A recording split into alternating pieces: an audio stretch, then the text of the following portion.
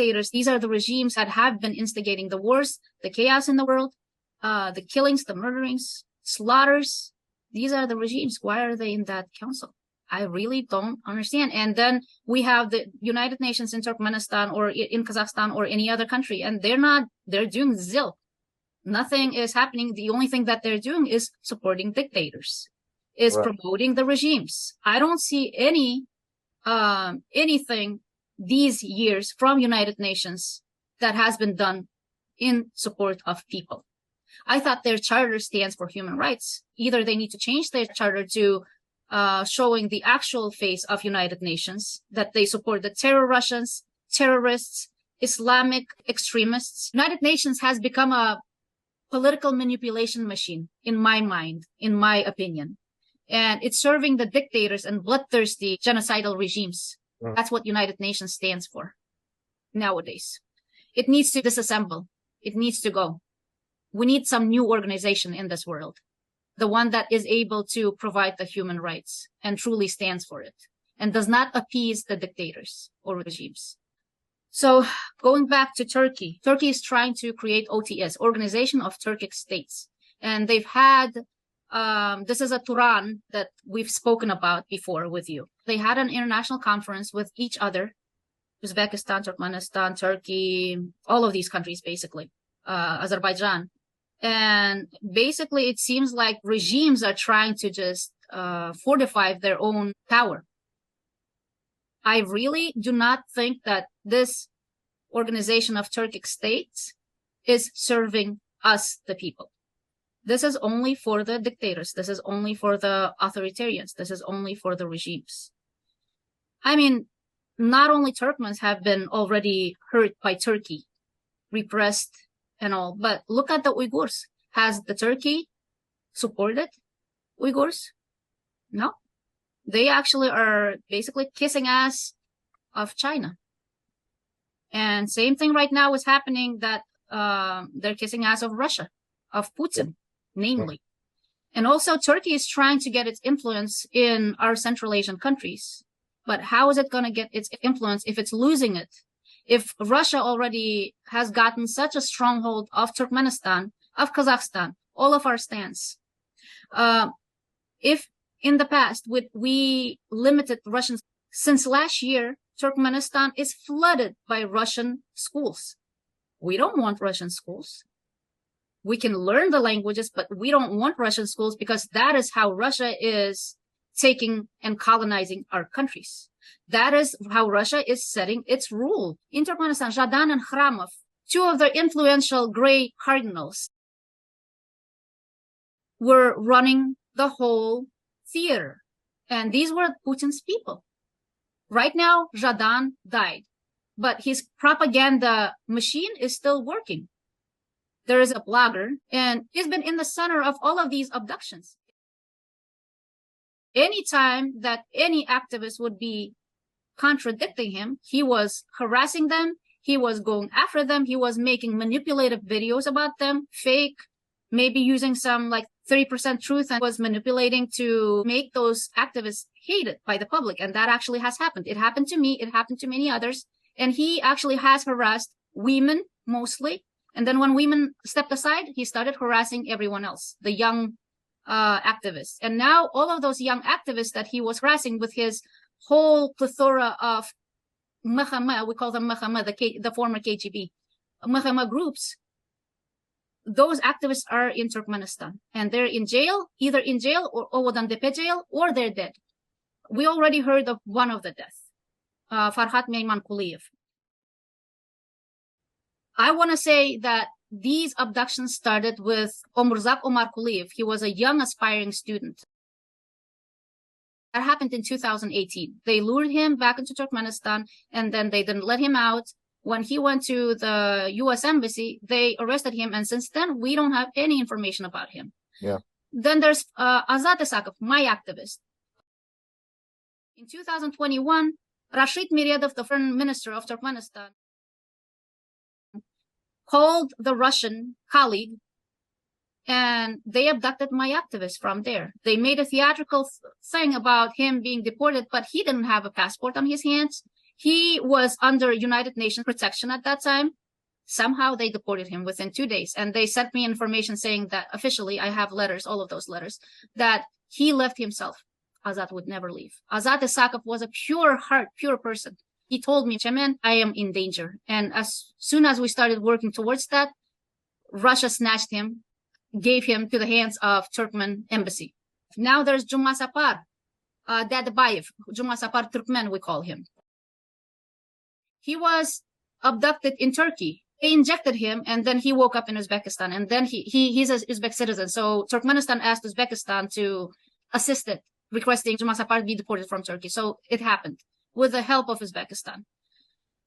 He's in jail now, and I think he is given about 13 years of imprisonment term. After that, it was Farhat Meymankuliyev, Duran Imamov, Maksat Baymuradov, Roshan Klichev. Now it's Merdan Muhamedov. And among them, there are even more people. It's just we don't have the names of those people, unfortunately. And there are women there too. Again, I don't have the names. I just started collecting all of this information recently. In Russia, there is Azat Isakov, there is Malik Berdi, Ala Berdiev, there are Bikiev brothers. The list goes on and unstoppable, basically. As you can see, Russia and Turkey are like twin brothers. Yeah. Helping repress, helping kill, helping abduct the activists. Yeah. And it's mostly Turkmen activists these days, but I know that other activists, like Chechen activists, have going through the same type of sufferings. Mm-hmm. We would like that to stop, especially Turkey trying to get in the European Union. I don't think it should be given that status. I don't think it should be given the membership. Turkey is not at all a democratic country. Turkey has turned into an authoritarian regime. Maybe not a dictatorship yet, but it's getting close to it. Turkey has become very repressive. Turkey has been breaking the law within itself. Turkey has been going downwards. And it's very alarming. People don't feel like Turkey is anymore Turkey, what Ataturk built. Yeah. We call him as our father, all of us. But Ataturk will be ashamed at this point of what the current government has turned, authoritarian government has turned Turkey into. We call upon Turkey to release all of our activists. We call upon Turkey to abide by the international law. We call upon Turkey to respect the human rights, the basic rights. We're not doing anything wrong. We're fighting for our freedom. That's the only thing. Turkmens cannot even travel anywhere. They can't freely live. Even in Kazakhstan, you can travel from, let's say, Kızılorda to Almaty and live there freely, right? In Turkmenistan, if I am from Tashavuz region, or let's say Lebap region, or whatever region, Mari region, Balkan region, I cannot live in Ashgabat because I don't have a registration. This is what's happening within Turkmenistan. We don't have the rights even within our own country. We don't have the rights to even travel within our own country. And if a person says anything, that person ends up in jail. There are so many instances and cases of young people being put in jail, and then we haven't heard anything of them. And I've heard in the women's colony, it's even worse. Women who go into that colony, they come out, pardon my language at this point, come out without nipples. This is what Turkmenistan colony is like for women. And then there is a notorious Oğuzhan Tepe, where all of the political prisoners go. All of them die there. Within 6 months, the political prisoners die. Same thing happens to the religious prisoners. We as people... Yeah, the tortures are a horrible thing. We should also say and be loud about. Yes. We would like to actually stand up for the rights of political prisoners, first of all. Because these young men and women that are sent from Turkey, by Turkey, to their death, that's where they go. They go to the notorious Oğuzhan Tepe prison. And then they're tortured, they're starved to death, they are raped. My activist, I already have a lot of information of what has happened to him. It's gruesome, and I would like not to go deep into it, but since 2022, I haven't heard anything. Turkey has become a predatory state, in my mind. Russia, Turkey, North Korea, Iranian mullahs, Assad's regime. I mean, Okay. how many predators can we have in this world? It's just very alarming, very unsettling, and we need to change. We need to unite. And you're right. We cannot just stand aside. We cannot just do it alone. We should unite, all of us. You and I have been going to the Ukrainian protests for years now. As you can see behind me, I have a poster. It's a poster from the protest that I went for Iranian freedom movement against the repressions in support of women. And it actually says women like freedom. So we've been doing this forever now, Nurul, you and I. We've been supporting everyone else. I think it is time for us to also do it on our own ground too, for our own ground. Turkmenistan, still under repressions. Russia has gotten its claws into our countries. We would like actually Turkey to be leading, but in the current state that Turkey is, I say no to the Organization of Turkic States. Until we feel like we are brothers and sisters, as it should be, there should be no Organization of Turkic States. This is wrong. It's the union of dictators, it's the union of authoritarians, and it's the union of regimes. It's the union of killing machines. So it's the union of predators. That's what I call it. The only countries that are not in there because they're not Turkic is Russia, North Korea, and Syrian Assad regime. As you can see, same thing for the terrorist groups like Taliban, Hamas, ISIS, all of those.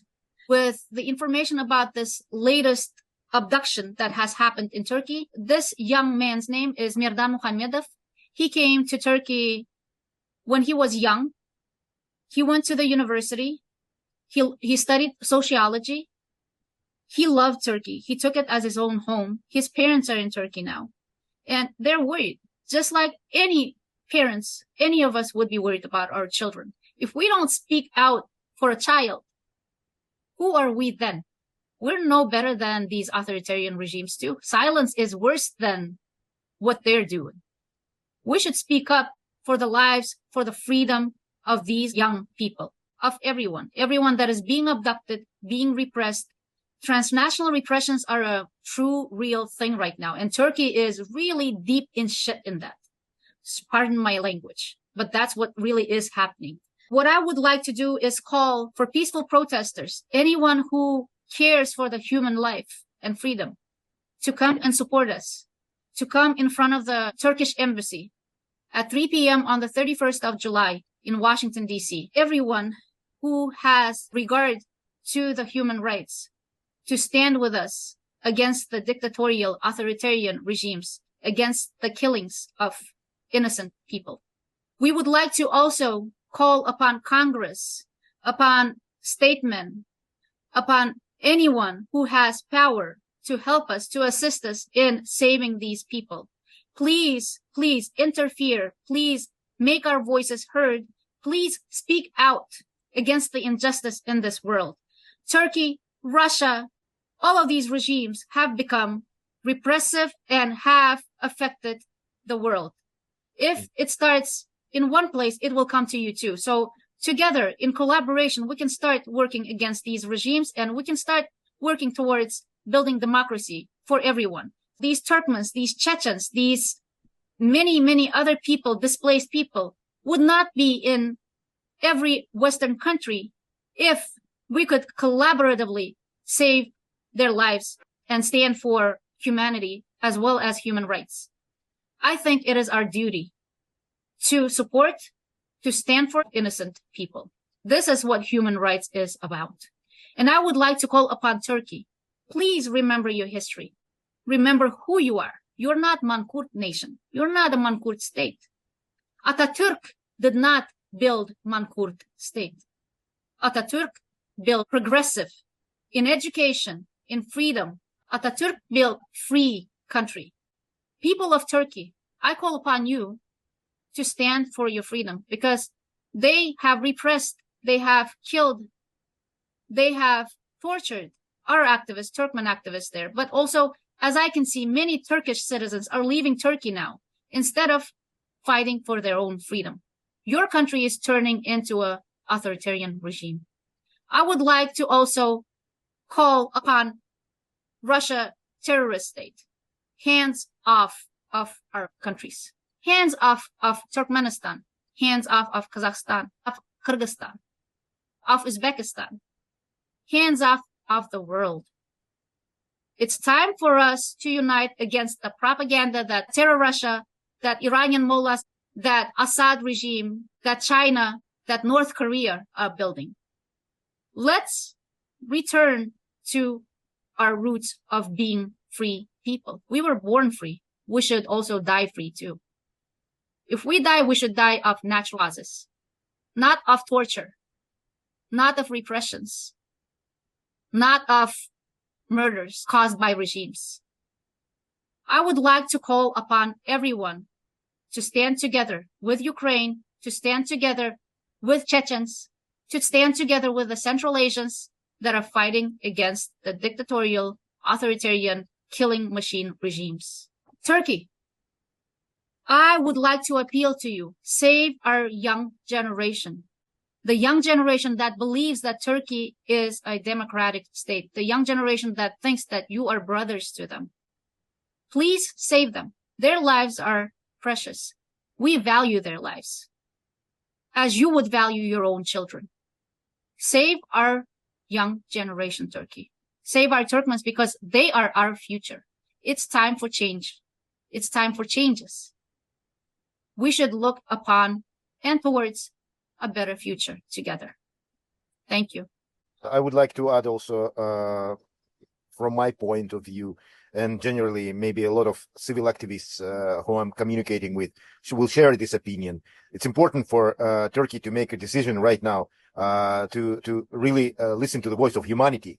To stop actually taking an ostrich position, head in the ground. No, you live in a civilized world, such as yourself as a civilized country. You're inside the Europe. You should take serious, important step to correct the human rights. And it's for the good of the country, for the good of the people in the big democratic family. It's only there people can prosper. And if we even create some initiatives, it's only with the civil society that we can achieve some good results. You should not suppress civil society. You should actually listen to the civil society, involve them in the processes of decision making. That will only benefit executive authorities, even authoritarian countries. The continuity of the time demands more and more involvement of the people in decision making process, not just making decision by a group of people or by one person, but actually by many people. And it's nothing wrong if somebody wastes their opinion. You can listen, you can ignore, but at the same time, you have to give a right to listen and not prosecute people for their own opinion.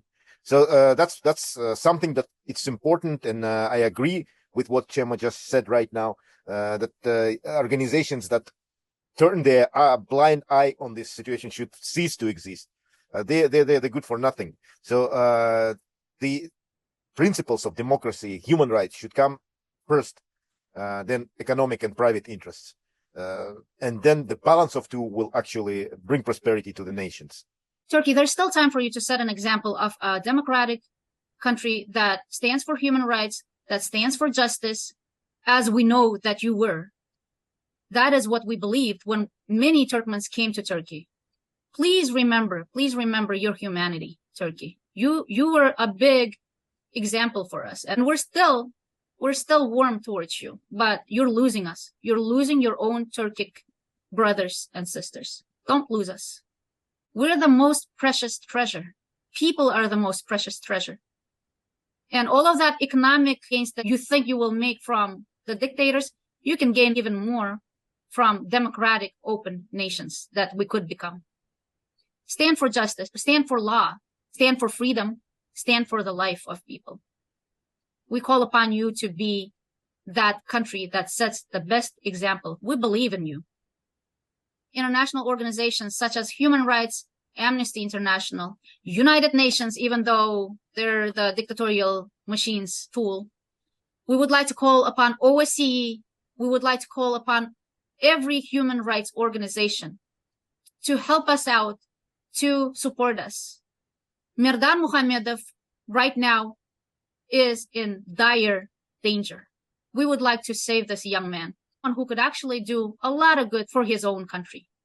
He has been doing this since 2019, and he's been very true to it, to the core of it.